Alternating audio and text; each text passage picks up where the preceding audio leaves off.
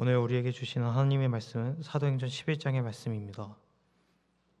사도행전 11장의 말씀을 한 절씩 교독하시고 마지막 절은 다 같이 읽겠습니다. 유대에 있는 사도들과 형제들이 이방인들도 하나님의 말씀을 받았다 함을 들었더니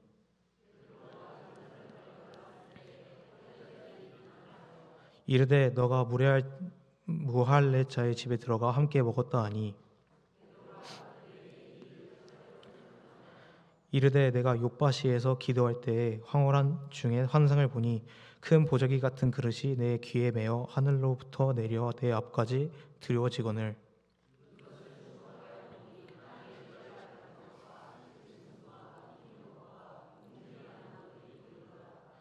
또 들으니 소리 있어 내게 이르되 베드로야 일어나 잡아 먹으라 하거늘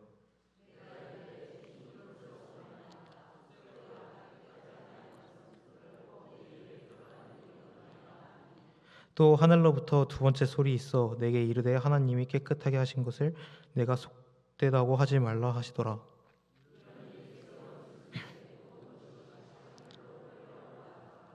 마침 세 사람이 내가 유숙한 집 앞에 서 있으니 가이사랴에서 내게로 보낸 사람이라.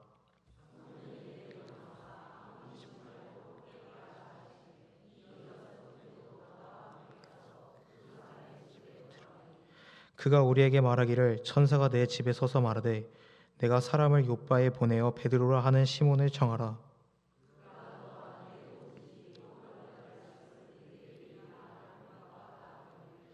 내가 말을 시작할 때에 성령이 그들에게 임하시기를 처음 우리에게 하신 것과 같이 하는지라.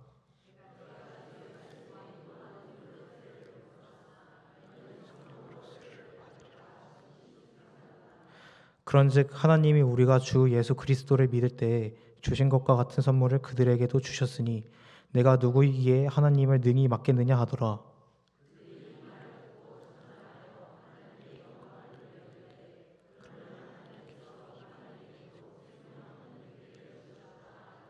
그때 스데반의 일로 일어난 환난으로 말미암아 흩어진 자들이 베니게와 구브로와 안디옥까지 이르러 유대인에게만 말씀을 전하는데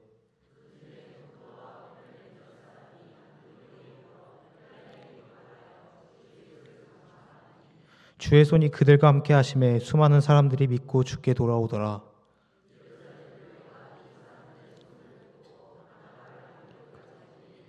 그가 이르러 하나님의 은혜를 보고 기뻐하며 모든 사람에게 굳건한 마음으로 주와 함께 머물러 있으라 권하니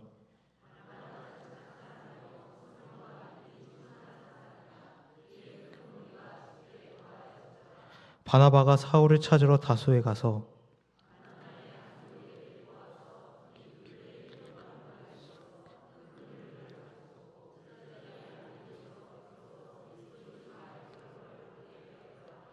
그때 선지자들이 예루살렘에서 안디옥에 이르니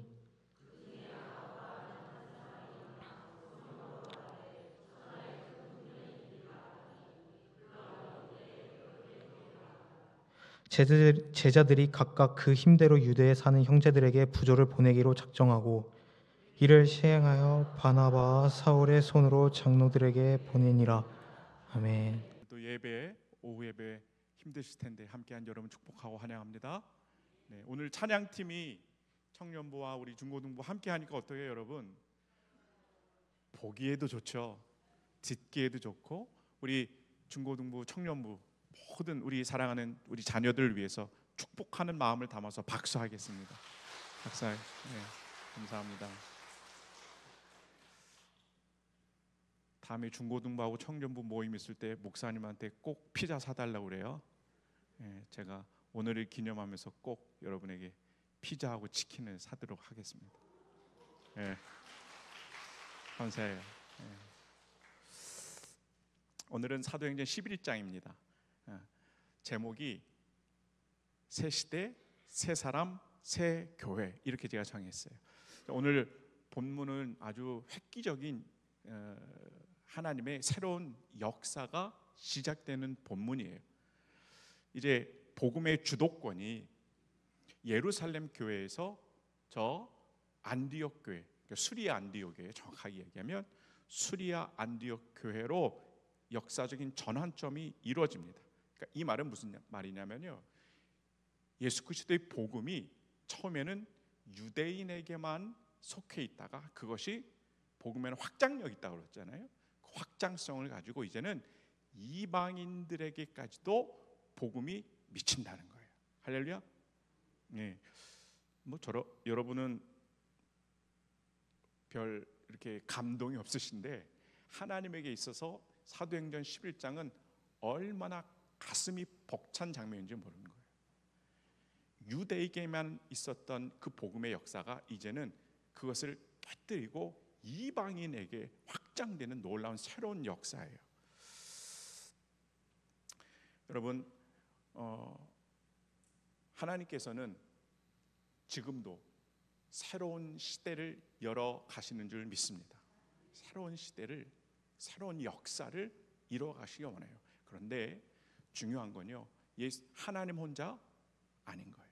꼭 파트너십을 이루는 새로운 한 사람을 찾습니다.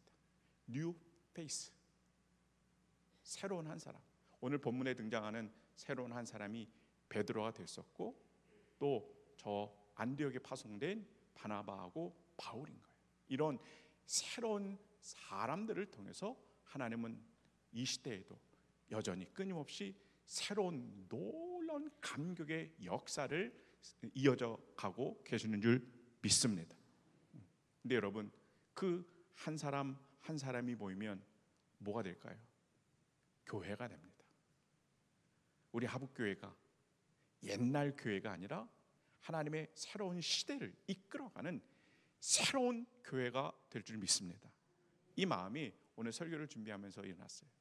오늘 여러분 바라기는 이 11장을 통해서 새로운 역사를 쓰여져 가시는 하나님의 손길이 여러분에게 반드시 경험되기를 주님의 이름으로 축복합니다.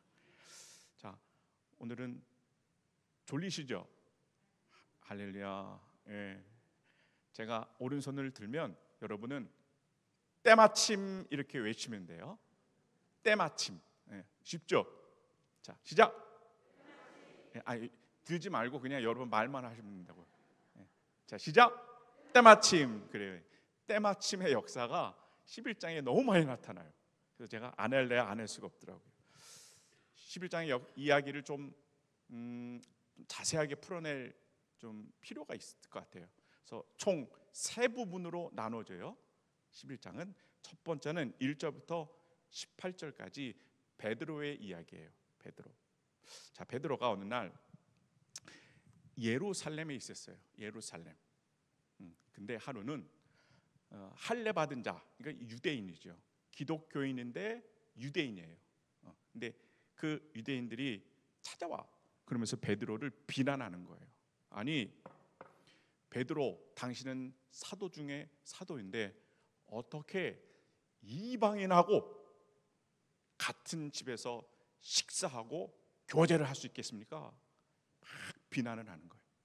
여러분, 여기서 우리가 알아야 될 것은요, 이때만 하더라도 사도행전 11장 때까지만 하더라도 사람들이 복음에 대해서 100% 이해하지 못했어요. 유대인 기독교인들은 복음이 유대인에게만 있다고 생각했던 거예요. 근데 이것을 이제 그 갖고 있는 그 철학과 생각들을 깨뜨리기 시작하는 거거든요. 네, 그 작업이 오늘 이루어지는 거예요. 그 사고를 가지니까 사도 베드로가 지난 시간에 10장에서 누굴 만납니까? 로마의 백부장, 권력 있는 군인이죠. 고넬료를 만나서 거기서 함께 식사하며 교제했던 것, 그것을 유대인들이 보고 지금 베드로에게 비난을 하고 있는 거예요. 당신이 어떻게 그럴 수 있느냐? 네? 자, 그랬더니 이제 베드로가 해명하면서 하나님의 이 복음의 역사가 유대인뿐만 아니라 이방인에게도 확장이 된다라고 하는 것을 이야기해 주기 시작합니다. 자, 한번 되짚어 보면 이제 베드로가 저 요빠라고 하는 지역에서 있었어요. 요빠라고 하는 지역에. 근데 거기서 기도를 합니다. 기도를 하는데 다시 베드로가 요바에 있었습니다. 그리고 그때 기도를 하는데 때마침 하나님께서 환상을 보여주세요. 보자기 환상. 이 그림이에요. AI에게 그려달라고 했더니 이렇게 나왔어요. 보자기 환상. 그래서 이 보자기가 이게 귀퉁이가 다 이렇게 묶여져 있어요. 그래서 도대체 여기 안에 뭐가 들어있나? 그리고 베드로가 자세히 보니까 하늘에서 내려왔는데 거기에 4발 가진 짐승, 들짐승, 기는 곳, 공중의 새들이 보이더라. 이렇게 기록하죠. 그래서 아니 이게 보이는 게 이게 도대체 뭐지? 환상으로 보는 겁니다. 지금 실제로 보는 게 아니라 환상으로 기도 중에 이렇게 보이는데 도대체 이게 뭐냐라고 궁금해 있을 때 때마침 하나님이 또 말씀을 주세요. 무슨 말씀을 주시냐? 베드로야, 일어나 잡아먹어라. 살아 있다는 거죠, 저것들이. 그래서 베드로가 아이고 하나님, 나는 유대인 중에 유대인입니다. 나는 거룩하게 지금까지 저렇게 부정한 것들은 절대 입에도 대지 않았습니다. 그 율법을 지키면서 살아온 나인데 어떻게 저렇게 부정한 것들을 내가 잡아먹을 수 있겠습니까? 절대로 안 됩니다, 하나님. 절대로 안 됩니다. 그랬더니 하나님께서 뭐라고 그러시냐면요, 오늘 본문에 나와 있어요. 하나님이 깨끗하게 하신 것을 너가 뭔데 속되게 하느냐. 하나님은 율법보다 더 위에 계신 분인 줄 믿습니다. 이방인과 유대인 그 차별이 있는 곳 그 한참 너머에도 하나님이 함께 하시는 줄 믿습니다. 하나님을 보기에는 다 똑같은 하나님께 한 자녀들이거든요. 아마 베드로가 이 두 번째 음성을 듣는 중에서도 복음은 누구에게만 향한다? 유대인에게만 향한다. 아마 그런 마음이 강했던 것 같아요. 그러니까 하나님이 세 번째 음성을 또 들려주시면서 결국에는 보자기 환상이 하늘로 슉 올라가는 거예요. 요바에서 이런 환상이 보여지니까 베드로가 이게 뭐냐 고민하고 있을 때, 그렇죠, 때마침 또 어떤 사람들이 찾아와요. 어떤 사람들이 누구냐 했을 때 50km 떨어진 곳에 가이사랴라고 하는 지방이 있어요. 이 가이사랴에 고넬료라고 하는, 아까 말씀드렸죠, 로마 군대의 백부장이 지금 요바에 있는 베드로를 초청하려고 3명의 사람을 보낸 겁니다. 그 사람들이 왔어요. 그 사람들. 여기에도 사연이 있어요. 사연이 지난주에 우리 부목사님이 말씀을 해주셨는데, 고넬료라고 하는 이방인이에요. 이방인이 그래도 하나님에 대한 신앙이 있었어요. 너무 귀하죠. 이방인인데 신앙심이 있었어요. 그리고 3시쯤 이 고넬료가 또 기도하고 있는데, 시작. 그렇죠. 3시에 기도하고 있는데 또 때마침 하나님의 천사가 나타나는 거예요.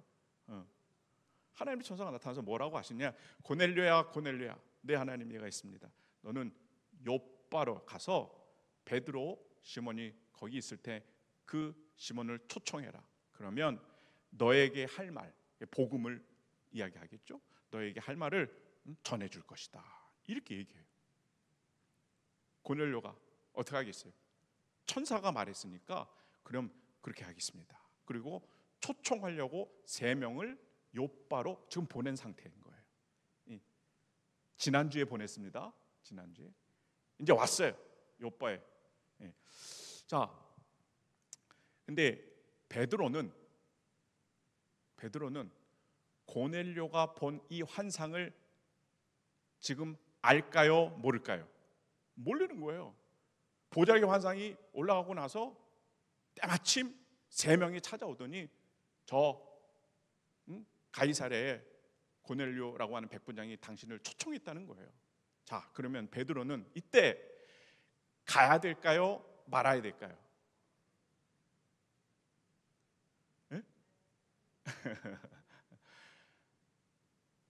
아직도 베드로에게는 갈등이 있었던 것 같아요. 복음은 누구를 향한? 유대인에게만 향한 그 복음이 아직도 크게 자리매김하고 있었던 거예요. 그래서 갈등을 일으켜요. 아니, 이방인인데 어떻게 유대인의 사도된 나를 초청할 수 있겠나? 가야 되나 말아야 되나? 가야 되나 말아야 되나? 하고 있을 때 때마침 성령의 음성이 또 들리기 시작해요. 그래서 뭐라고 그러시느냐? 우리 귀한 말씀이에요. 12절부터 14절의 말씀 다 같이 한번 읽어볼까요? 시작. 성령이 내게 명하사 아무 의심 말고 함께 가라 하심에 이 6 형제도 나와 함께 가서 그 사람의 집에 들어가니 그가 우리에게 말하기를 천사가 내 집에 서서 말하되 내가 사람을 요바로 보내어 베드로라는 시몬을 청하라. 그가 너와 내 온 집이 구원받을 말씀을 내게 이르리라 함을 보았다 하거늘. 자, 여기서 퀴즈 내겠습니다. 오랜만에 퀴즈. 지금 12절에 보면 요바에 있던 베드로가 가이사랴의 이 고넬료 집에 가는데 총 몇 명이 갈까요? 빨리 계산해 보세요. 총 몇 명이 갈까요?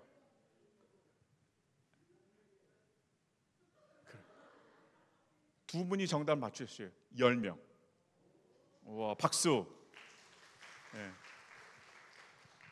자, 고넬료가 보낸 사람 3명. 그리고 보면 요바에서 베드로하고 같이 있던 형제 몇 명이요? 6명. 그리고 베드로도 갔으니까 총 몇 명이요? 10명. 성경은 참 재밌죠? 자, 근데 처음 보는 로마의 백부장이 자신을 초청했어요. 근데 10명의 떼거지들로 찾아갔단 말이에요. 왜 그랬을까요? 궁금증이 있지 않아요, 여러분? 왜 베드로만 초청했는데 같이 있는 6명의 형제들과 함께 갔을까요? 첫째, 고넬료가 무서워서. 두 번째, 고넬료가 부자니까 함께 많이 먹기 위해서. 셋째, 이방인의 역사의 증인을 삼기 위해서. 몇 번일까요? 3번이요, 3번. 베드로는요 알고 있었어요. 장친이 유대 사도인데 이방인의 집에 들어가서 이방인과 교제하며 식탁을 대한다면 반드시 누군가가 이것을 비난할 것이다. 율법을 어기는 거거든요. 그러니까 분명히 이방인을 통한 하나님의 역사가 있을 것이다 라고 하는 것을 증인을 삼기 위해서 6명의 형제들하고 같이 가는 거예요. 할렐루야. 네, 이 중에 이제 놀라운 역사가 이어지는 거죠. 자, 조금 이상하지 않아요, 여러분? 성경에서 사도인 베드로는 복음이 유대인에게만 있다라고 하는 것에 이제 좀 갇혀 있는데 이방인인 고넬료는 어떻게 해요? 하나님을 믿는 거예요. 서로 영역이 다르죠. 근데 드디어 베드로가 카이사랴에 있는 고넬료를 만났습니다. 만났을 때 어떻게 돼요? 충돌이 일어나는 거예요. 충돌. 그래서 자신이 갖고 있던 복음의 경계가 완전히 초전 박살이 납니다. 박살이. 아! 하나님의 십자가의 복음은 유대인뿐만 아니라 이방인을 향하는구나. 여기에 깜짝 놀라요, 베드로가요. 여러분 졸리시지만 베드로는요 막 얼마나 놀랐는지 모릅니다. 이게 확실하게 심어지는 사건이에요, 오늘이. 이제 베드로가 고넬료 집에 들어갔어요. 그랬더니 15절에 보니까 베드로가 이제 복음을 전하겠죠. 말을 시작할 때, 시작할 때, 그렇죠. 기다렸다는 듯이 성령이 임하시는 거예요. 이거는 하나님의 기다리심인 것 같아요. 베드로가 충분히 고넬료에게 복음을 다 전했을 때 성령이 충만하게 임하셨더라, 이게 아닌 거예요.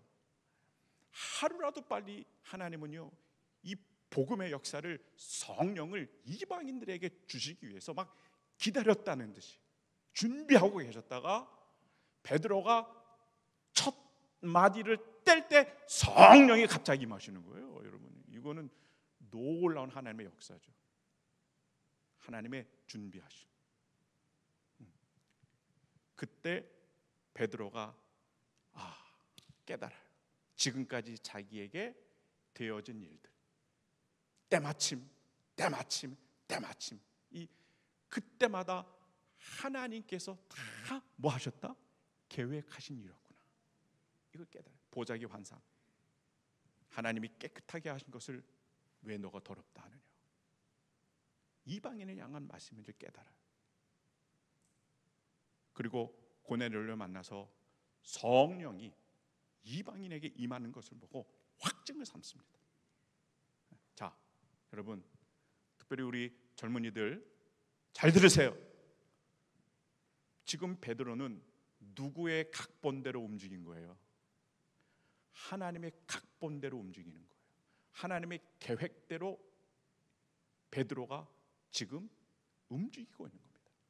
그랬더니 나중에 베드로는 큰 인물이 되리라는 거예요. 우리 하북의 젊은이들, 또 우리 사랑하는 성도님들, 우리는 우리의 뜻대로 때로는 살아가는 것 같지만 아니에요. 하나님이요, 우리는 모르지만 하나님의 계획하심이 우리를 인도해 주시는 줄 믿습니다. 때마침 나도 모르는 사이에 그 하나님의 놀라운 역사가 우리의 삶을 이끌어가고 있다는 거예요. 우리 젊은이들 믿으십니까? 예. 여러분이 계획하고 여러분이 살아가는 것 같은데 아닌 거예요. 이미 하나님의 계획표에 여러분의 인생이 다 걸려 있습니다. 믿으십니까?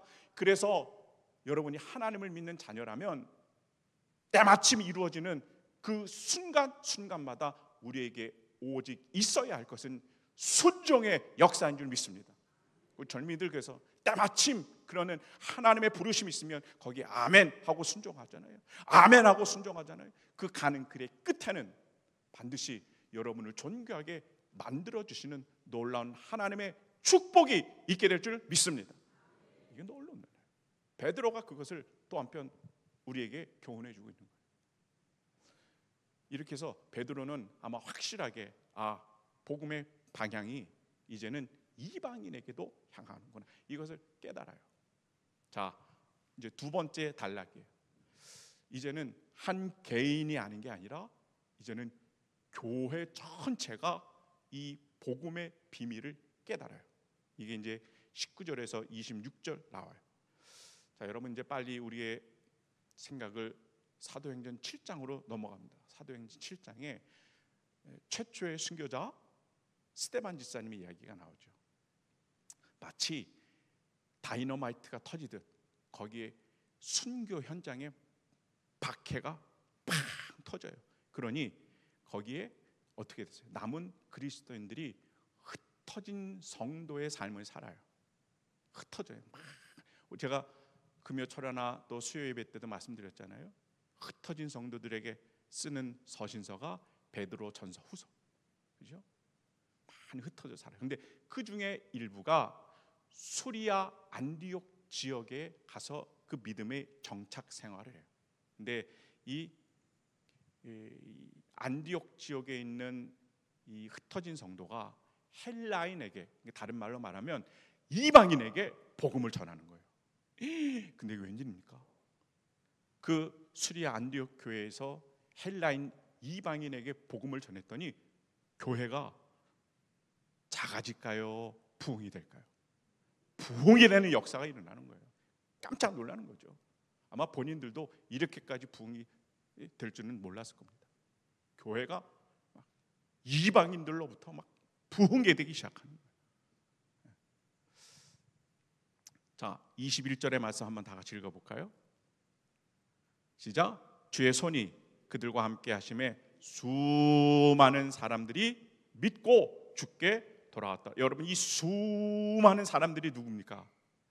헬라인들, 이방인들. 너무 놀라운 것 같아요. 아까 베드로가 말을 한마디 했을 때, 천마디 했을 때 하나님께서 성령의 임재를 기다렸다는 주셨던 것처럼 이방인에게도요, 안디옥 교회에서 복음을 전하니까 마치 하나님께서 기다렸다는 듯이 사람들을 믿음으로 그렇게 엮어가시는 놀라운 하나님의 역사의 현장인 거예요. 아마 여러분 천국 가면 안디옥 교회의 모습을 꼭 한번 보여달라고 그랬어요. 막 불타오르는 이방인, 이들이 얼마나 기뻤을까요, 여러분? 그래, 유대인만은 아니구나, 우리에게도 복음이 미치는구나, 이방인은 나에게도 나를 위해서 예수님이 십자가에 못 박혀 죽으셨구나, 이게 처절하게 느껴지니까요, 모르긴 해도 거만한 유대인들보다 아마 더 절실하게 예수님을 붙잡고 따라왔을 겁니다. 자기는 이미 죽음에서 죽어있는 존재고 자기의 가문도 이미 구원받지 못할 존재로 여겼는데요, 하나님의 복음이 들어오니까 그게 아니야 라고 하는 거예요. 이건 청천벽력 같은 소리죠. 사람들이요, 구름대처럼 많이 부흥이 되는 거예요. 부흥. 자, 한편 이제 지도를 한번 보여주실까요? 예, 여러분 이렇게 빨간 점이 있는 게 안디옥 있죠? 지도 많이 봤는데 이게 한번 따라해 보세요. 수리아 안디옥, 저기 수리아 안디옥 교회예요. 그리고 이제 남쪽으로 내려오면 무슨 교회 있어요? 예루살렘 교회가 있어요. 예루살렘 교회가 이 소식을 듣죠. 어떤 사람들이, 흩어진 성도들이 안디옥 교회에 가서 교회를 이루고 헬라인 이방인에게도 말씀을 전했더니 교회가 부흥이 되더라. 그런데 이 모든 교회의 모교회가 되는 교회가 어디입니까? 예루살렘 교회잖아요. 근데 이렇게 보니까 안디옥 교회에 부흥이 이루는데 뭐랄까, 믿을 만한 분이 없는 거예요. 그래서 믿고 믿을 만한 신실한, 지금으로 말하면 목회자 한 분을 파송해요. 이분이 바나바예요. 바나바를 파송합니다. 자, 그래서 바나바가 안디옥 교회에 갑니다. 근데 아마도 바나바도 반신반의하면서 찾아갔을 겁니다. 그런데 정말 안디옥 교회에 가서 보니까 어때요? 하나님의 은혜로 그 수많은 이방인들이 구원을 받고 너무나 기뻐하는 거예요. 그러니까 같이 막 그 교회의 부흥에 대해서 기뻐하면서 하나님께 영광을 올려드립니다. 할렐루야. 근데 여기서 끝나지 않아요. 또 한 사람의 뉴 페이스가 등장하기 시작해요. 바나바가, 여러분 지도를 보시면 안디옥 옆에 혹시 다소라고 보이십니까? 기도를 많이 하시면 보입니다. 다소. 여러분 이 다소에는 누가 있을까요? 바울이 있어요. 바울이.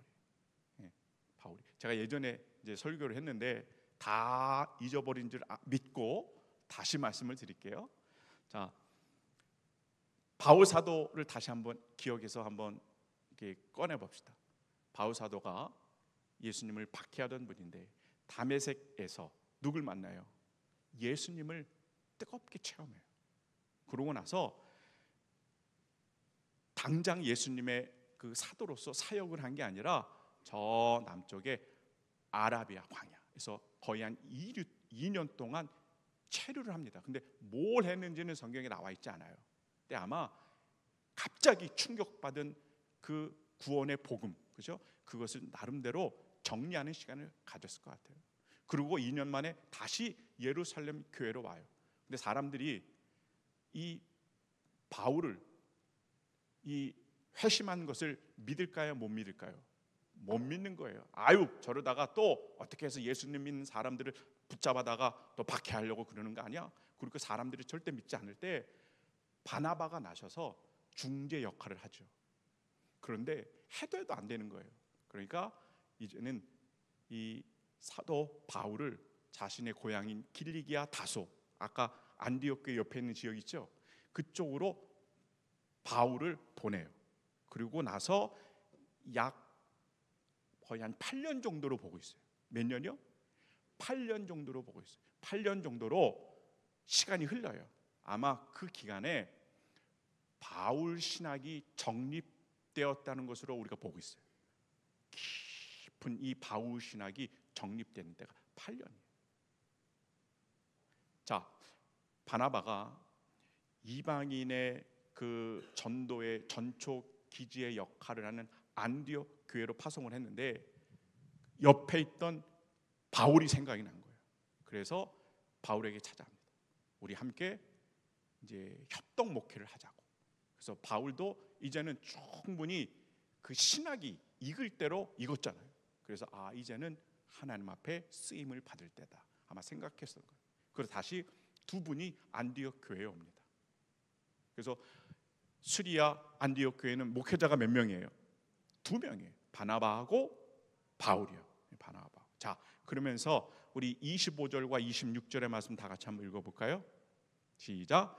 바나바가 사울을 찾으러 다소에 가서 만남에 안디옥에 데리고 와서 둘이 교회에 몇 년간 모여 있어 큰 무리를 가르쳤고 제자들이 안디옥에서 비로소 그리스도인이라 일컬음을 받게 되었더라. 아멘. 이제 바울 사도가 이 안디옥 교회를 중심으로 해서 이후에 1차, 2차, 3차 선교 여행을 하는 그 귀한 목회의 여정이 시작이 됩니다.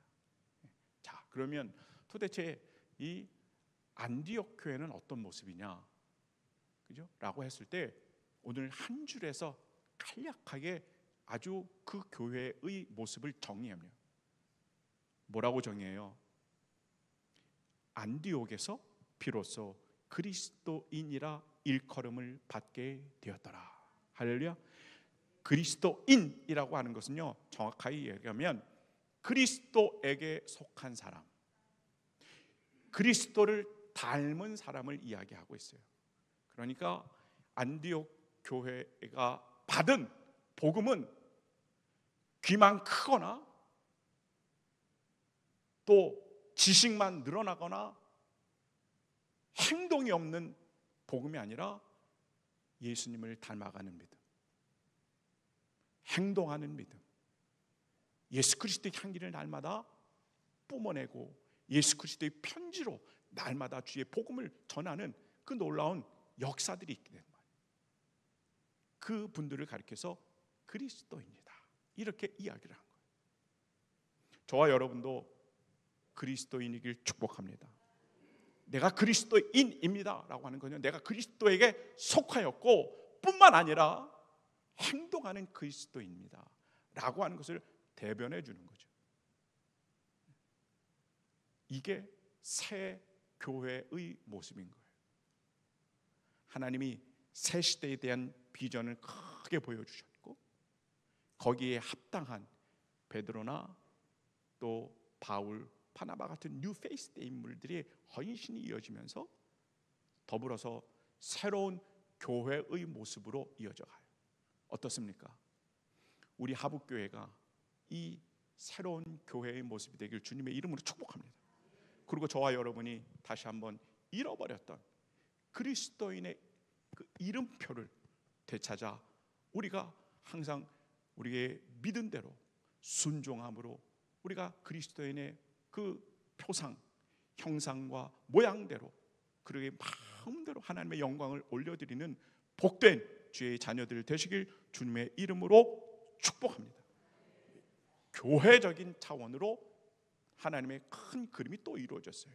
자, 그러면서 한 가지 마지막 27절부터 30절까지 여러분 재밌어요? 어떻게 해서는 여러분 졸지 않으려고 제가 성경은 이렇게 들여다보면 성경이 이야기하는 대로 따라가고 읽다 보면 그냥 나도 모르게 가슴이 뜨거워지는 이야기 같아요. 할렐루야. 새로운 교회 안디옥 교회가 세워졌고 그 다음에 27절부터 30절에 그러면 이 안디옥 교회에 도대체 무슨 일들이 일어났느냐, 이것을 단편적으로 보여주는 사건이 등장해요. 자, 안디옥 교회가 바나바하고 사울 이 목회 이 여정 가운데 막 부흥이 되고 있어요. 근데 한편 예루살렘에서는요, 극심한 뭐가 있어요? 흉년이 들어요. 예루살렘 교인들이요, 점점 먹을 게 없어지는 거예요. 근데 이 소식을 저 북쪽에 있는 안디옥 교회의 교인들이 들어요. 그러면서 어떤 생각이 들까요? 여러분, 안디옥 교회의 복음은 누구로부터 받은 거예요? 하늘에서 뚝 떨어졌나요? 누구로부터 받았어요? 대답을 좀 하세요. 예루살렘으로부터 받은 거 아닙니까? 그죠? 예루살렘 교회가 모교이기 때문에 그들이 지금 받고 누리는 이 축복의 복음의 그 원천은 예루살렘이란 말이에요. 근데 지금 그 근원이 되는 예루살렘 교회가 어렵다는 거예요. 여러분, 이게 복음의 빚진 자의 마음인 줄 믿습니다. 안디옥 교회는 이 마음이 있는 거예요. 그래, 우리에게 전해준 그 복음의 원천인 교회가 지금 이렇게 너무 어렵구나. 그래 보니까요, 성도들이 자기의 힘을 닿는 데껏 헌금을 해요. 그래서 이것을 다 모아가지고 두 사도를 통해서 예루살렘 교회에 전달합니다. 그 모습으로 11장이 끝나요. 무엇을 이야기해 줄까요, 여러분? 저와 여러분이 지금도 하나님의 나라를 이루고 천국의 기쁨을 누리는 그 삶을 사는 것은 복음의 빚진 자로 살아가는 우리들의 인생의 여정인 줄 믿습니다. 지금 캄보디아 뭐 난리 났잖아요. 캄보디아에 있는 선교사님들도 지금 위태위태합니다. 캄보디아뿐만 아니라 중국, 외국에 있는 선교사님들, 이들이 왜 목숨을 걸고 그 외국으로 선교 현장으로 떠나겠습니까? 무슨 마음이 있어요? 복음의 빚진 자의 마음이 있어요. 그들로부터, 예루살렘으로부터 우리가 복음을 받았기 때문에, 그렇죠? 그것을 빚진 마음이 있어서 다시 갚아주려는 마음, 다시 갚아주려고 하는 이 거룩한 마음 때문에 스리랑카든 죽음의 골짜기든 또 환경이 어려운 외국이든 하나님이 부르시는 그 어떤 곳이라면 찾아가는 이 선교사들의 거룩한 발자취가 있다는 거예요. 여러분, 우리나라가 어떻게 보면 이 선교사들의 거룩한 발자취 가운데 세워진 근대 역사를 이루지 않습니까? 우리나라에 내노라하는 대학들 거의 다가 선교사님들에 의해서 세워지고 병원들도 세워지지 않았습니까?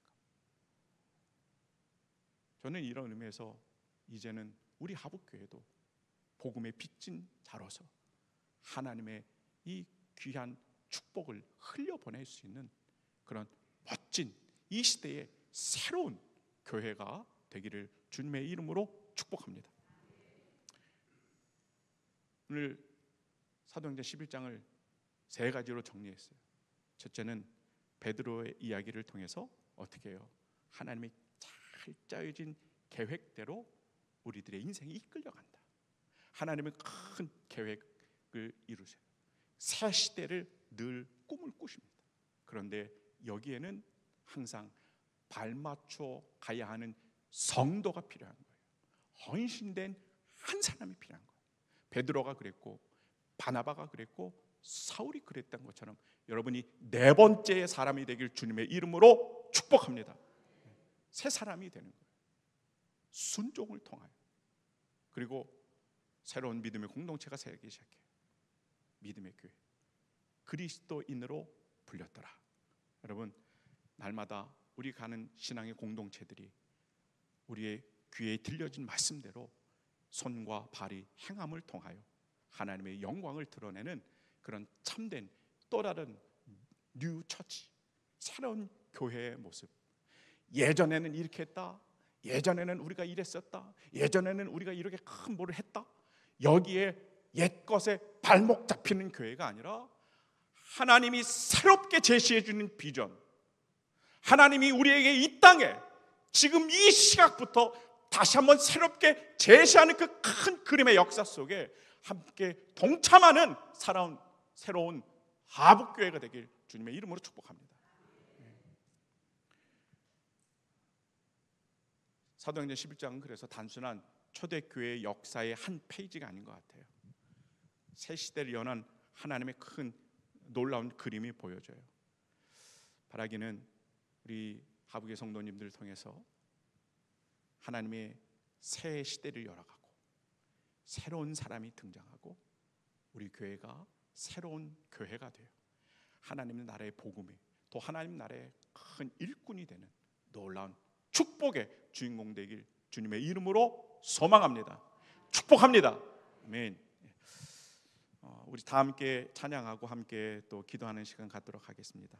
제가 오늘은 원하고 바라고 기도합니다. 이 찬양 우리 함께 찬양하고 또 주어진 말씀 위해서 기도하는 시간 갖도록 하겠습니다.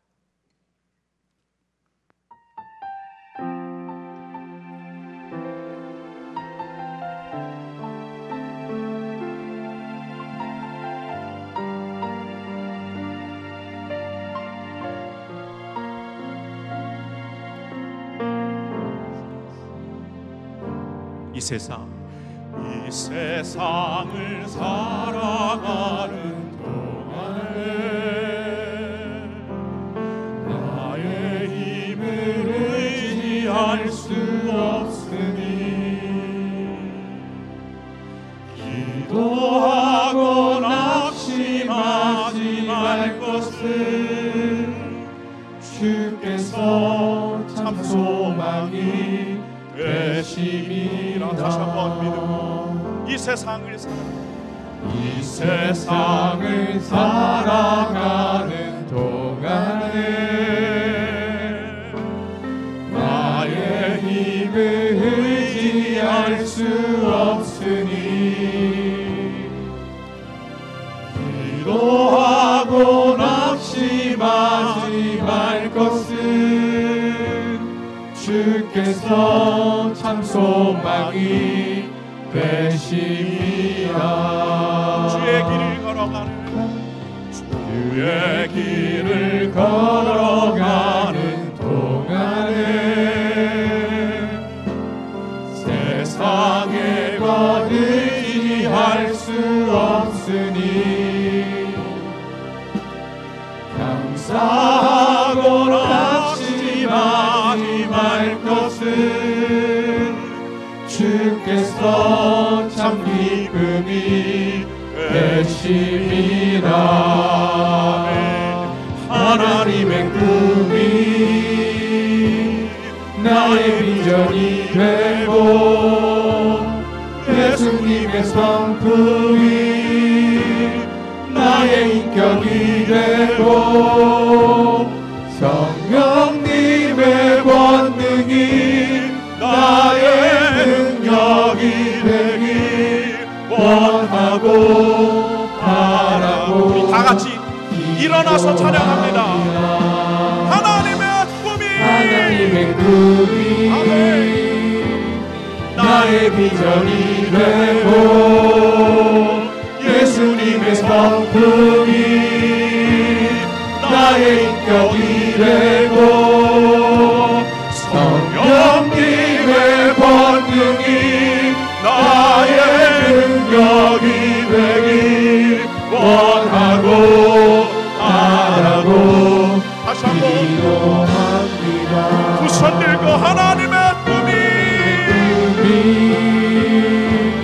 나의 비전이 되고 예수님의 성품이 나의 인격이 되고 성령님의 권능이 나의 능력이 되길 원하고.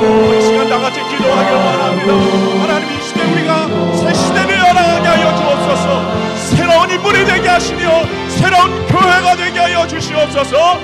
주여 한번 부르니까 동성으로 기도합니다. 주여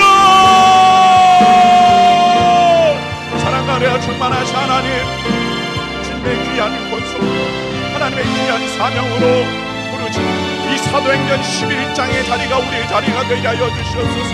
하나님의 크신 꿈이, 하나님의 거시는 비전이 우리의 것이 되게 하여 주시며, 이것을 이루어가며 부족함없는 주의 권속, 하나님 새 사람이 되기를 원합니다. 하나님 앞에 순종하며 나아가는 한 사람이 되길 원합니다. 베드로가 되길 원하고, 하나마다가 되길 원하고, 사울이 되길 원하니 하나님 우리를 통하여 역사하여 주시옵소서. 우리를 통하여 하나님 깨뜨려 주시며, 하나님의 꿈이, 하나님의 놀라운 비전이 이 땅에 성취되고 없듯이 이루어지는 역사하게 하여 주시옵소서. 우리가 순종하길 원합니다. 우리가 나아가길 원합니다. 우리 교회가 옛곳에 뿌리 잡히며 하나님 더욱더 새로워지는 교회요, 그리스도인이 많아지는 교회가 되기를 원하오니, 아버지 하나님 함께 하시고 역사하시고 이어가시는 놀라운 은혜가 사랑하는 오는 하루의 곳곳들마다 이루어지고 누려지고 함께하며 순종하는 복된 은혜로 하나님 우리를 통하여 주시옵소서. 하나님의 나의 비전이 되고, 예수님의 성품이 나의 편이 되고, 성령님의 권능이 나의 능력이 되기 원하고 바라고 기도합니다.